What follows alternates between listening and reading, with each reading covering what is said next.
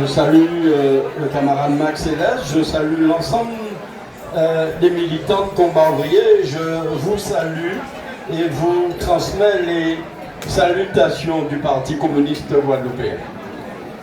Nous sommes évidemment tout à fait heureux et contents de participer à votre manifestation, à votre fête annuelle. Je me sens ici en famille, je regarde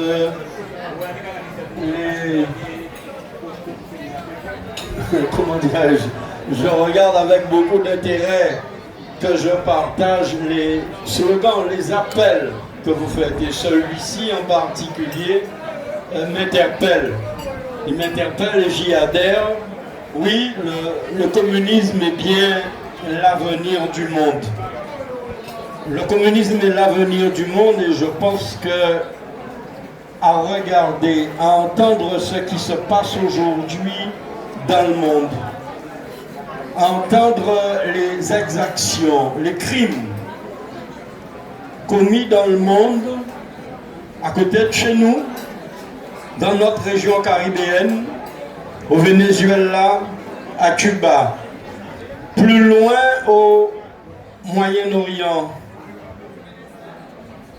à Gaza, en Palestine, en Cisjordanie, en Iran et partout ailleurs dans le monde, ce que nous devons bien comprendre, c'est qu'il ne s'agit pas là de catastrophes qui seraient des catastrophes naturelles, mais bien au contraire, de l'attaque, de l'assaut d'un système mortifère, le capitalisme, qui frappe l'ensemble de l'humanité et qui met le monde en péril. Il met le monde en péril parce que dans sa volonté de piller les richesses de l'humanité, de priver des milliards d'hommes, de femmes, d'enfants de leur droit à la vie tout simplement, au profit et au bénéfice de certains, d'une poignée de rapaces, plus que jamais est posée devant nous la question cardinale et cruciale d'une alternative à ce système inique, criminogène qu'est le capitalisme. Capitalisme fauteur de guerre, point n'est besoin de m'étendre ici. Capitalisme aussi destructeur de l'humanité au travers des dégâts et catastrophes écologiques qui nous menacent, qui menacent la survie même de l'être humain. Oui, c'est bien le produit d'un système. C'est ce système-là que nous devons combattre en cherchant partout où nous sommes à y porter une réponse. Ce système-là a un nom, c'est le capitalisme. Et la seule alternative au capitalisme, eh bien, c'est celle d'une société monde.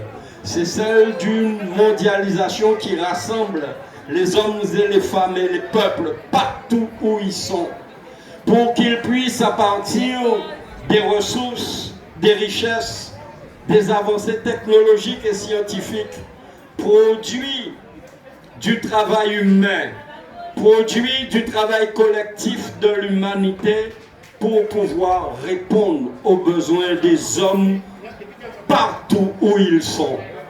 Cette démarche-là, cette vision-là porte un nom, ça s'appelle le communisme. La racine du mot communisme, c'est le commun, ce que nous partageons en commun, et j'affirme ici que l'humanité, c'est notre bien commun. Voilà pourquoi nous devons nous inscrire dans une démarche de construire une autre humanité que celle du capitalisme pervers et criminel. Voilà ce qui nous rassemble, j'en suis certain. Par-delà les différences que nous pouvons avoir sur le territoire de notre pays, nous portons en nous ensemble cette vision d'une autre humanité, pas tant pour nous que pour ceux qui vont nous succéder sur cette planète. Nos enfants, nos petits-enfants, pour lesquels nous avons le devoir impérieux de nous battre jusqu'à notre dernier souffle pour montrer que le communisme, oui, est l'avenir du monde. Eh bien, c'est cet engagement-là qu'en tant que membre du Parti communiste guadeloupéen, secrétaire général, je viens vous porter et vous assurer de notre combat solidaire et commun dans cette perspective-là. Mais je ne voudrais pas ne pas mesurer et vous dire combien ici même, chez nous, nous sommes aussi comptables de faire avancer cette cause-là. Nous parlons des crimes du système capitaliste qui, précisément, aujourd'hui, dans la zone du Moyen-Orient, détruit l'humanité, aussi bien dans le détroit d'Ormuz qu'ailleurs au Liban, pour s'accaparer de ses richesses.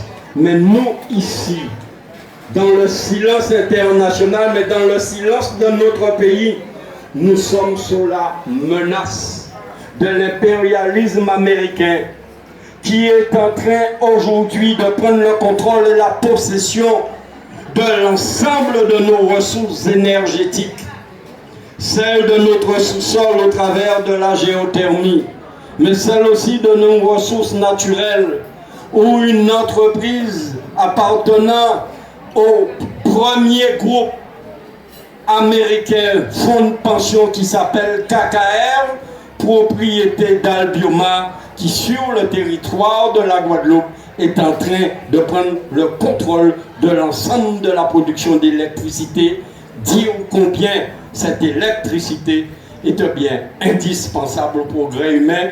J'ai le devoir de nous interpeller tous pour que nous puissions nous organiser pour faire en sorte que demain, eh bien, l'impérialisme US ne veuille mettre la main sur nos ressources et ne veuille envoyer des forces militaires dans notre pays parce que des travailleurs se seraient opposés à cette mainmise et voudraient organiser différemment la production d'électricité. Je m'excuse de border comme ça des sujets, mais mon devoir, c'est d'interpeller la conscience de chacun de vous ici présents, qui êtes des hommes et des femmes de combat, qui aspirez sans doute, au travers vos luttes, au travers vos engagements, à changer le monde, en commençant autant que faire se peut, à commencer à le changer ici chez nous. Camarades de combat ouvrier, merci de m'avoir permis d'exprimer cette préoccupation et je vous assure de notre solidarité, non pas internationaliste, elle va de soi, mais de notre solidarité guadeloupéenne pour la construction d'un pays différent en Guadeloupe, un pays où les travailleurs et les hommes et les femmes de notre peuple pourront s'émanciper et vivre dans un pays débarrassé de l'exploitation capitaliste, débarrassé de la domination coloniale pour s'inscrire différemment dans la construction d'une autre Caraïbe et de notre monde où le communisme demain sera l'avenir du monde. Merci à vous de m'avoir permis de dire ça. Merci Félix Flémin. Et donc tout de suite la parole à Jean-Marie Nomertin au nom de la CGTG. Jean-Marie, tu as la parole. Oui, bien bonjour tout le monde qui est là. Au nom de la CGTG, je veux saluer donc toutes les familles qui sont déplacées, tous les amis, tous les camarades et tous les petits monde qui sont là et qui ont passé ici à Carré Spatial un moment convivial. La CGTG a réaffirmé le soutien des tribulations que la famille Dial traversée et nous avons compati encore une fois à ça aussi. Et la vie sans combat, il faut nous affronter malheureusement. Donc force pour la famille Dial. Alors, nous adorons le monde. Jodla, nous le 10 mai. Son grand jour. D'après Jean-Loup en France ou bien en Jamaïque. Mais ça qui est fondamental, c'est Jodla, nous le 10 mai 2026. nous prenons ça là nous caille. Nous avons pris très longtemps. Avec Sargas. Oui, vous avez raison. Si Sargas était là, l'État français partait, j'ai laissé arriver si rivage à la Guadeloupe.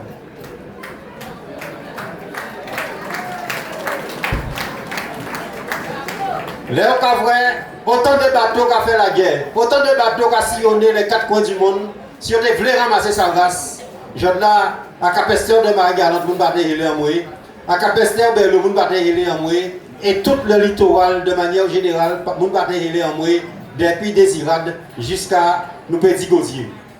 Et malheureusement, c'est au début. Et nous, rappelez-nous, les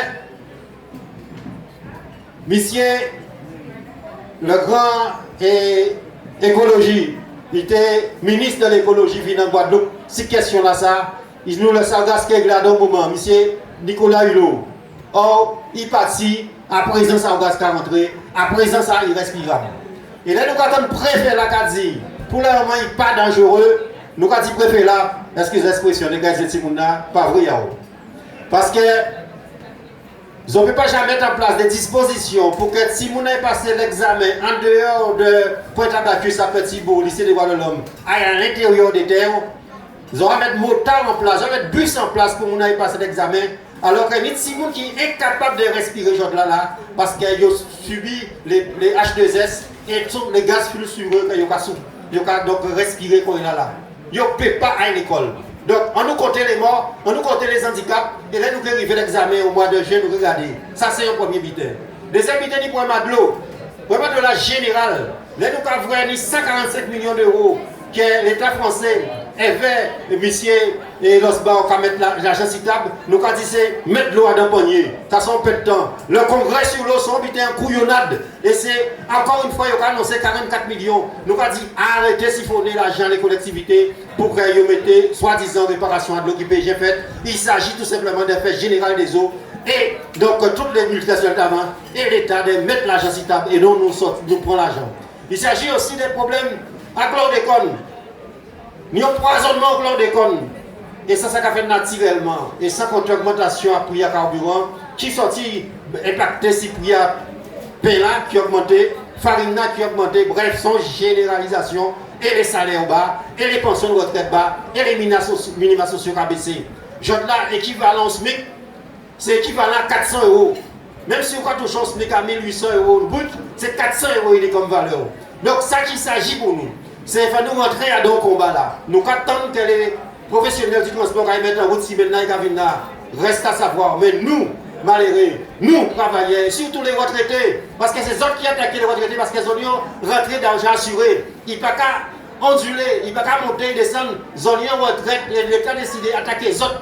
Alors qu'ils ont sorti, rentrer à la retraite, ils ont commencé à payer encore plus d'impôts, payer qui pas fini.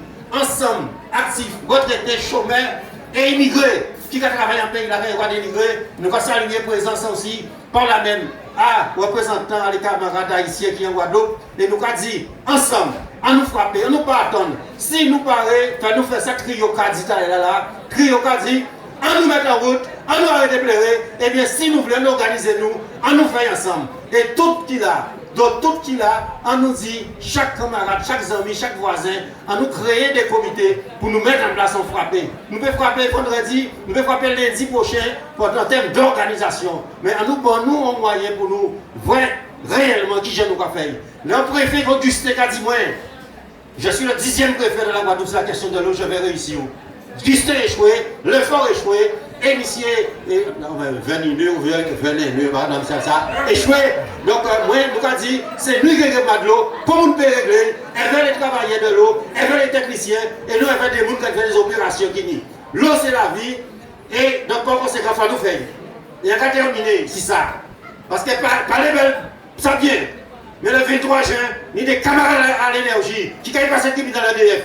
Et bien, ils condamnent, ils mettent un examen pour le fait que c'est des malfaiteurs bien organisés. Alors qu'ils reçoivent, ils négocient avec eux, ils payent de 70 000 et 40 000 €. Donc, à carrément tout le monde qui est là, le 23 juin, David Côté soutient devant le tribunal de la Pointe avec les camarades. C'est des travailleurs qui osent gommer. Ils n'ont pas de paix, ils n'ont pas mal dans l'eau, mais ils ont agi et ils ont gagné le combat la dignité. Et pour terminer, le 5 juillet nous ici, le 5 juillet sont une date importante pour nous à la CGTG et nous commandons tout le monde qui a de venir dans le lieu convivial là ça et vers la famille d'hier encore une fois, nous que passons un bon moment. Donc camarades, ensemble nous qualité, ensemble nous gagner. Merci.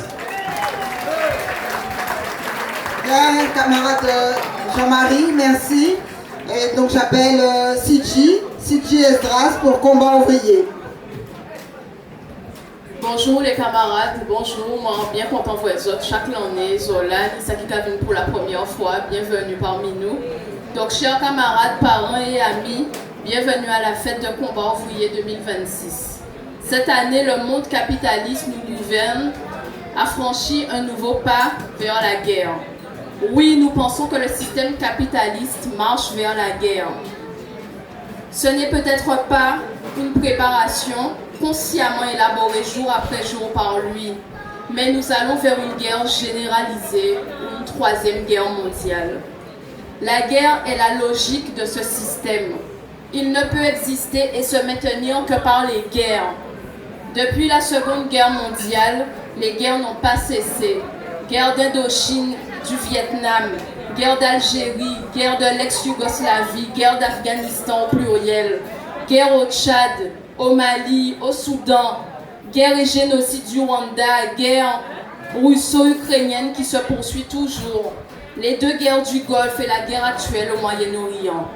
À Gaza, nous avons assisté, ce n'est pas fini, à un véritable génocide perpétré par Israël avec le soutien des USA et même de la France au début. Dans cette guerre, notre soutien total va bien entendu au peuple palestinien. La guerre est parvenue à nos portes dans la Caraïbe ces derniers mois avec les bombardements de petits bateaux par l'aviation militaire américaine. Ils étaient soi-disant transporteurs de drogue. Le plus grand porte-avions du monde était près de Trinidad pour préparer la capture du président Maduro avant d'aller près de l'Iran. Il paraît qu'un des porte-avions devrait quitter la zone de l'Iran pour venir menacer Cuba. Donc, dans les Caraïbes, nous n'en avons pas terminé. Cuba est menacé. Le capitalisme porte en lui la guerre comme la nuée porte l'orage. Cette citation de Jean Jaurès n'a jamais été aussi juste. Les deux premières guerres mondiales ont été des guerres pour le partage du monde. La troisième sera une guerre pour que la superpuissance, les États-Unis, contrôle tout le marché mondial. Les gros capitalistes américains n'acceptent pas d'être concurrencés par d'autres. Et la seule puissance actuelle qui peut être demain un véritable concurrent des États-Unis, c'est la Chine. On ne sait pas quand cette guerre aura lieu et les capitalistes du monde ne le savent pas eux-mêmes. Mais la guerre impérialiste a sa propre logique. Elle éclatera lorsque les capitalistes de tous les pays se rendront compte que leurs intérêts sont directement menacés. Le système capitaliste est un système qui ne nous prépare que des catastrophes. Actuellement, des tonnes de bombes américaines et israéliennes sont déversées sur l'Iran et le Liban, faisant des milliers de morts. L'Iran, pour s'en sortir, a bloqué le détroit d'Ormuz, plongeant le monde dans une crise économique grave. Cette crise se manifeste surtout par l'inflation, la hausse des prix.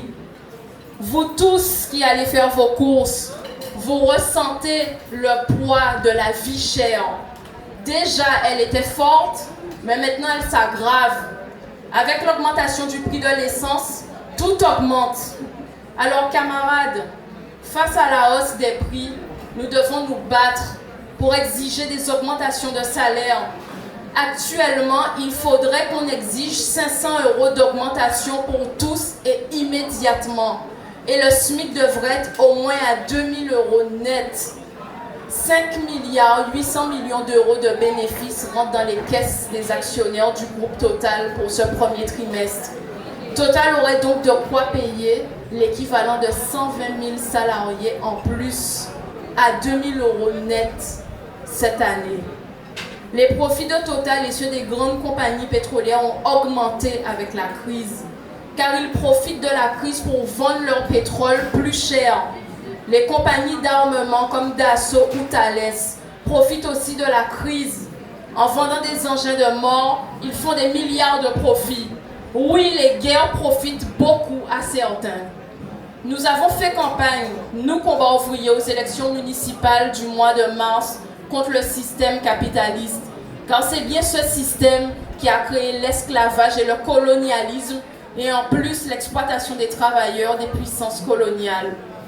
Et je remercie donc au nom de tous les camarades de combat ouvrier, tous ceux qui ont accepté de constituer des listes combat ouvrier dans 5 communes de Guadeloupe et à Fort-de-France. Je vais leur demander de me rejoindre.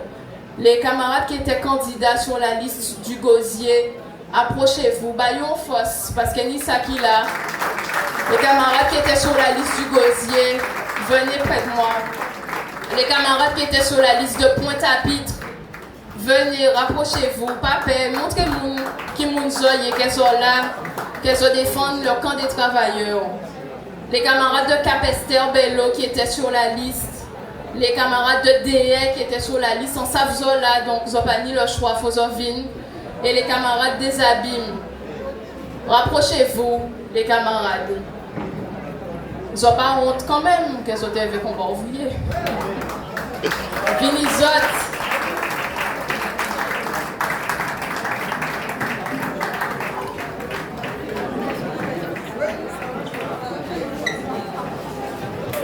Bayon, belle lendemain.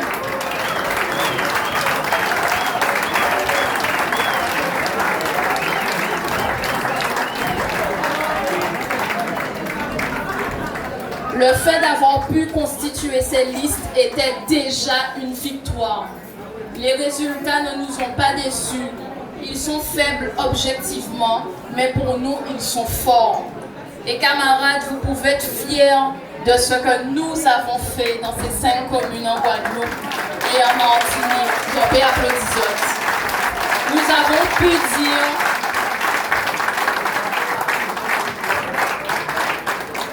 Nous avons pu dire exactement ce que nous pensons et avons dit et répété qu'il faudra un jour renverser ce système capitaliste. En attendant, camarades, au quotidien, nous nous battons contre l'exploitation, contre la misère et contre tout ce que nous subissons au quotidien. Pour que tout un chacun ait de l'eau potable chez soi au robinet en permanence. Car le problème de l'eau, au lieu de s'améliorer au fil des ans, il s'aggrave. Il n'y aura pas de miracle. Pour avoir de la bonne eau, il faut refaire tout le réseau entièrement et cesser de mettre des rustines avec quelques millions par-ci, quelques millions par-là. Il faut 2 milliards d'euros pour réparer le réseau entièrement. Un point, c'est tout. En ce qui concerne le changement de statut, voici des années que les élus tournent autour de la question sans rien régler. Pas même une assemblée unique comme en Martinique. Là-dessus, notre position est claire. Oui au changement de statut qui nous éloigne des séquelles du colonialisme, mais à condition que les travailleurs, les malheureux puissent être écoutés, qu'ils puissent compter dans ce nouveau statut. Le nouveau statut, quel qu'il sera, ne doit pas être réservé aux notables politiciens que nous connaissons. Il doit permettre aux travailleurs de s'exprimer et d'être représentés aussi. C'est pour cette raison, camarades, que nous, ouvriers, travailleurs, membres de la population laborieuse, nous devons construire un parti politique des travailleurs. Combat ouvrier œuvre en ce sens, mais nous l'avons vu en 2009, c'est la population elle-même, en se mobilisant massivement, qui peut vraiment faire bouger ou changer les choses. Seule la lutte collective et consciente nous fera avancer. Voilà, camarades, pour conclure, chers parents, amis, je vais conclure en vous disant, en vous remerciant tous de m'avoir écouté, en vous remerciant d'être là aujourd'hui et en vous souhaitant de passer un bon moment avec nous, entre nous. Vive la lutte des travailleurs, vive l'intervention politique des travailleurs, à bas la guerre, à bas l'impérialisme et la bourgeoisie exploiteuse, à bas le colonialisme.